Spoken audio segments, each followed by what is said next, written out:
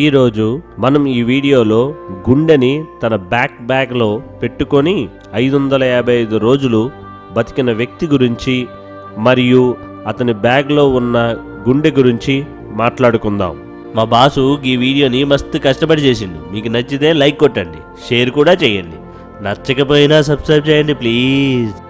25 ఏళ్ల స్టాన్ లార్కిన్ అనే అమెరికన్ జాతీయుడికి ఈ మధ్యనే గుండె మార్పిడి జరిగింది. మార్పిడికి గుండె దొరకక ముందు అతను గుండె లేకుండా ఒక కృత్రిమ గుండెని తన బ్యాగ్లో పెట్టుకొని 555 రోజులు బతకాల్సి వచ్చింది. ఈ కృత్రిమ గుండె బ్లడ్ని బాడీలో ఉన్న భాగాలకి పంప్ చేసేది. స్టాన్ లార్కిన్కి మరియు అతని సోదరుడు డామినిక్కి ఒక జెనెటికల్ హార్ట్ డిసీజ్ ఉంది. ఈ డిసీజ్ని ఫ్యామిలీ కార్డియోమియోపతి అంటారు. ఈ వ్యాధి ఉన్న గుండె ఏ వార్నింగ్ ఇవ్వకుండా ఫెయిల్ అవుతుంది. ఎక్కువగా అథ్లెట్స్ చావులకు ఈ వ్యాధే కారణం.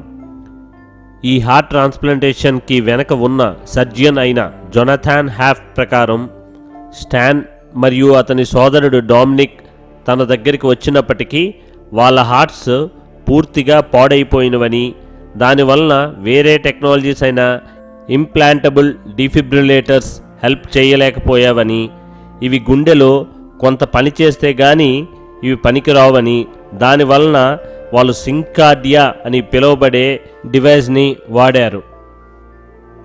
స్టాన్ సోదరుడు అయిన డామినిక్కి ఈ సింకార్డియా అమర్చిన కొద్ది వారాలకే మార్పిడికి గుండె దొరకడంతో అతనికి గుండె అమర్చారు.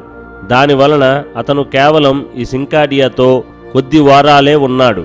కానీ స్టాన్కి గుండె దొరకడానికి 555 రోజులు పట్టింది. దానివలన అతను అన్ని రోజులు హాస్పిటల్లో ఉండకుండా అతనికి ఫ్రీడమ్ పోర్టబుల్ డ్రైవర్ అనే సింకార్డియా డివైస్ని అమర్చారు. ఈ డివైస్ బరువు 6 కేజీలు ఉంటుంది. ఇది పేషెంట్ వాస్కులార్ సిస్టమ్కి కనెక్ట్ చేస్తారు. ఈ డివైస్ ఆక్సిజన్తో కూడిన బ్లడ్ని బాడీకి పంప్ చేస్తుంది. అది పెట్టినప్పటికీ ఎవరికీ పెద్ద ఐడియా లేదు స్టాన్ ఎలా దీంతో నెట్టుకొస్తాడు అని. కానీ డాక్టర్స్కి సైతం ఆశ్చర్యం కలిగించిన విషయం ఏమిటంటే స్టాన్ ఈ డివైస్ ఉంటుండగా బాస్కెట్బాల్ కూడా ఆడాడంట. ఆ తరువాత స్టాన్కి మే 9, 2016న గుండె మార్పిడి జరిగింది. ఈ రకంగా స్టాన్ కథ గుండె మార్పిడి సైన్స్లో ఒక కొత్త అధ్యాయంకి తెరతీసింది. మరి ఇట్లాంటి ఎన్నో మనోరంజమైన ఆశ్చర్యమైన వీడియోస్ చూడడానికి సబ్స్క్రైబ్ అవ్వండి మా ఛానల్కి. Please subscribe to M facts.